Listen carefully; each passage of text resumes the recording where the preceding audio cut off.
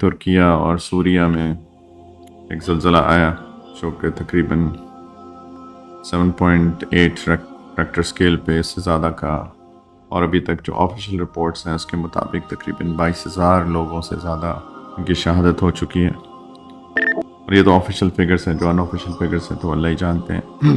اور ابھی تک ریسکیو ورک جاری، لاکھوں لوگ بے گھر بھی ہو گئے اور بہت سارے لوگ شہید بھی ہو گئے. ہمارے بھائیوں پہ بہت شدید ابتلا ہے. ہماری پہ کوئی ذمہ داری بنتی ہے کہ نہیں بنتی؟ ذمہ داری نمبر 1 ہے میرے بھائی کہ ان کے لیے شدید دعاؤں کا اہتمام کیا جائے، بہت دعاؤں کا اہتمام کیا جائے. روزانہ کی دعاؤں میں ہمارے ان بھائیوں اور بہنوں اور بچوں اور بچیوں کو اگر ہم نے شامل نہیں کیا تو ہم سے بڑا بدبخت انسان کوئی نہیں. اتنی بدبختی ہے یہ کہ ہم اتنے خود غرض ہو چکے ہیں، اتنے خود غرض ہو چکے ہیں کہ ہمیں احساس ہی نہیں ہے. ارے میں خود نہیں کہہ رہا، یہ حدیث کے الفاظ ہیں. رحمت ہی نہیں ہے ہمارے دل کے اندر. لا تنزع الرحمت الا من شقی او کما قال.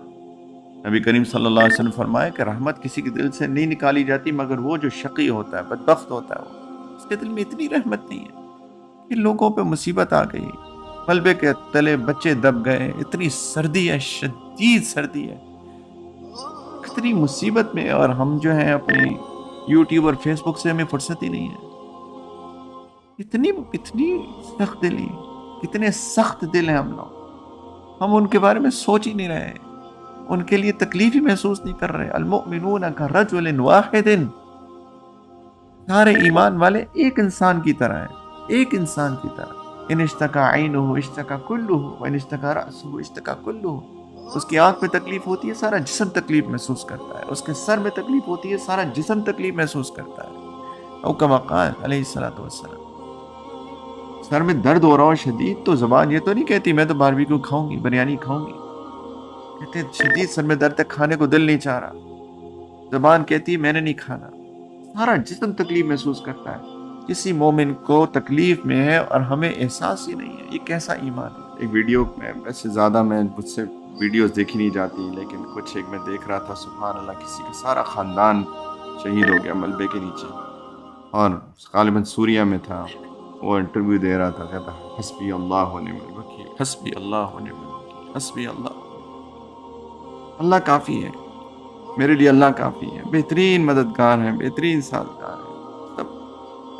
سبحان اللہ، یہ ہے نا ایمان، حسبی اللہ و نعم الوکیل. ان کو صبر عطا فرمائیے، اللہ تعالیٰ ان کے لیے ان کے کارساز ہو جائیے، ان کی وکیل بن جائیے. اللہ ان کے لیے جس مصیبت سے گزر رہے ہیں ان کے لیے آسانیاں کر کے ان کو اس سے نکال دیجیے.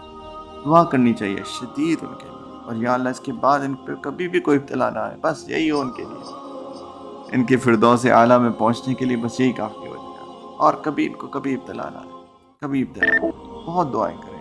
یہ ہماری ذمہ داری بنتی ہے، میری اور آپ کی ذمہ داری بنتی ہے کہ ہم ان کے لیے دعائیں کریں. دوسری ذمہ داری یہ بنتی ہے کہ ان کی جس طرح بھی مدد کر سکتے ہیں ان کی مدد کی جائے، جیسے بھی ہم مدد کر سکتے ہیں ان کی مدد کی جائے. ہمارے اوپر امتحان ہے یہ، ہم ان کی مدد کیسے کریں، ہم ان کے لیے کیا کر سکتے ہیں، یہاں بیٹھ کے کیا کر سکتے ہیں. ان کو ضرورت ہے، ان کے گھر ٹوٹ گئے ہیں، ان کے پاس رہنے کو جگہ نہیں ہے، بہت شدید تکلیف کے اندر ہے وہ لوگ. ہم کیا کر سکتے ہیں؟ ہم اپنے بس باربیکیو کھاتے رہے، بریانیاں کھاتے رہے، ان کے بارے میں سوچے بھی نہ. یہ تو پھر وہی بات، بہت سخت دلی اور سنگ دلی کا مطلب. ہم کیا کر سکتے ہیں ان کے لیے؟